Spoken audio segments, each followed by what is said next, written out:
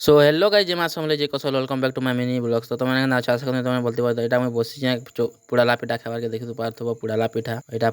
बड़ फाल ओ जे पुडाला पिठा खाय सटी के गाइस कमेंट दिन बते देबो तो एटा मैं बोले छै हमर खोला के देखि पारथबो कोकड़ो टू ले छै एटा गाइस तो एटा देखि पारथबो पहला कोकड़ो एटा तार पर सेकंड कोकड़ो एटा देखि पारथबो पचलाटा है सब एटा कोकड़ो कोकड़ा टुली टुला बसती छै गाइस